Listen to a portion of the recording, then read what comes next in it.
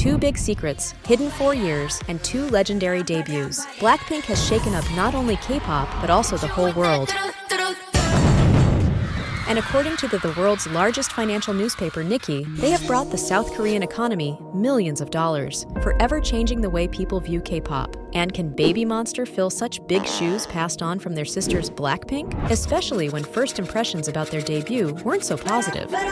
Like the dropping stock price of ygntertainment and batterups failing to enter even the top 100 of big music charts. Are you standing the next queens of Gen 4, or are you just blinded by the overpromise of ygntertainment? Within 8 minutes, you will have all the necessary information to have the answers for these questions yourself, as I have spent weeks doing the research, from their Netflix documentary, news outlets, to even financial reports from websites like Nikkei, so buckle up, don't skip a part, or you're gonna miss the beats.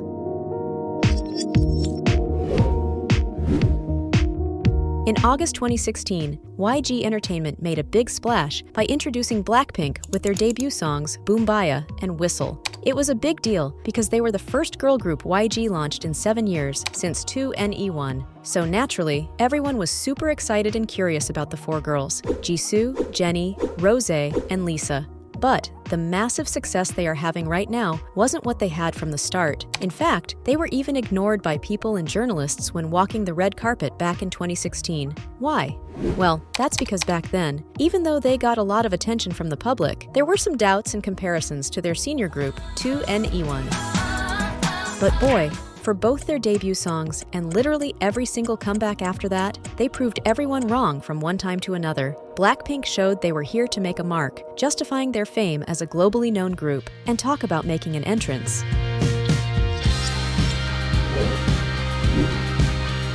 In less than a week after their debut, these new girls from YG achieved incredible success and shook the whole world. Both Boombayah and Whistle racked up crazy view counts on YouTube, becoming the go-to songs for K-pop fans everywhere. Whistle, in particular, was a total hit, achieving a perfect all-kill on the prestigious iChart. For a rookie group in the K-pop scene, this was a massive achievement for BLACKPINK back in 2016. Boombayah! In 2020, BLACKPINK's debut song Boombayah hit a huge milestone. It crossed 1 billion views on YouTube. This achievement was a big deal because it made them the first K-pop group ever to have a debut music video reach 1 billion views on the platform. Yes, you are not hearing it wrong. On the platform. And get this, they were the second group in the world to snag this dream achievement. The first? It was the famous British band that we all know, One Direction, with their hit. And if you also stan the queens, drop this video like so I know how many blinks are on my channel.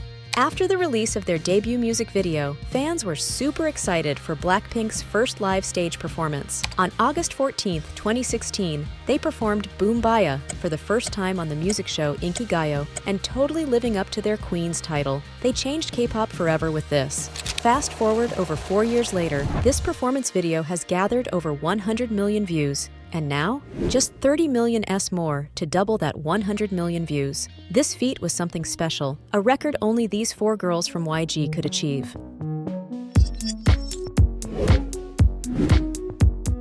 Years after their debut, some cool behind-the-scenes secrets about BLACKPINK came out. But hey, you skipped to this part. You better not, because I've just covered how BLACKPINK literally changed K-pop with their debut. So remember to check out the previous one first. It turns out that the girls played a huge role in shaping their own debut, which is pretty rare for a new music group. Usually, the company calls the shots, but BLACKPINK was different. They had a big say in their debut songs, Whistle and Boombayah, and honestly, those songs might not have been such big hits without their input.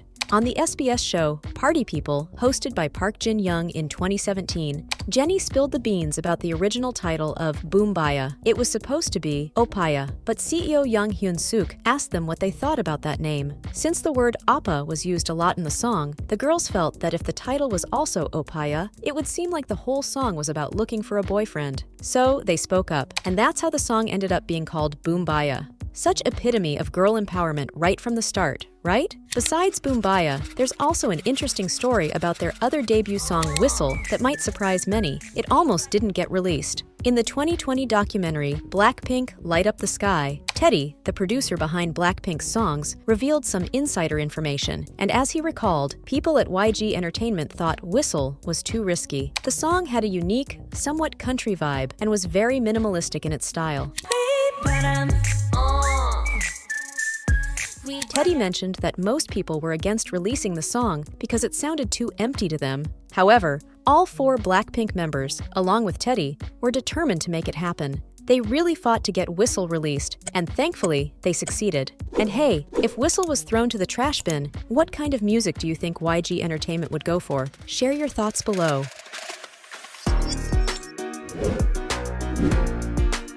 Seven years after their debut, BLACKPINK's initial images still have K-pop fans all excited. Right from their debut, ygntertainment shaped BLACKPINK with a girl crush concept. Each member brought her own unique musical color and style, blending a mix of strong, cool vibes with sweet, feminine charm. Jennie is the definition of an itgirl, a main character often seen in classic movies of the Western pop culture, a cute and sexy queen. Jisoo impressed fans with her feminine beauty and pure elegance. Her presence is the definition of South Korean beauty standard. Rosé portrayed the image of a passionate and charming indie artist, which partly explains why her vibe and Baekhyun. And Lisa, the youngest, became a symbol of freshness, modernity, and rebellion. Recently, the images YG used to promote BLACKPINK's debut resurfaced all over social media, and 7 years have passed. But the online community agrees that their styling, fashion, and taste have remained timeless. And yes, I'm not saying that to praise the girls for the sake of it, but numbers said it all. Even Jennie's pictures of the promotional campaign of tamburins became a hotspot of check-in for Chinese netizens, who have been famous for being super picky when it comes to which idols to support, but still flew all the way to South Korea to support her. To tell the world how impactful our queens are, why don't you click that share button and spread this video? That will also make my day.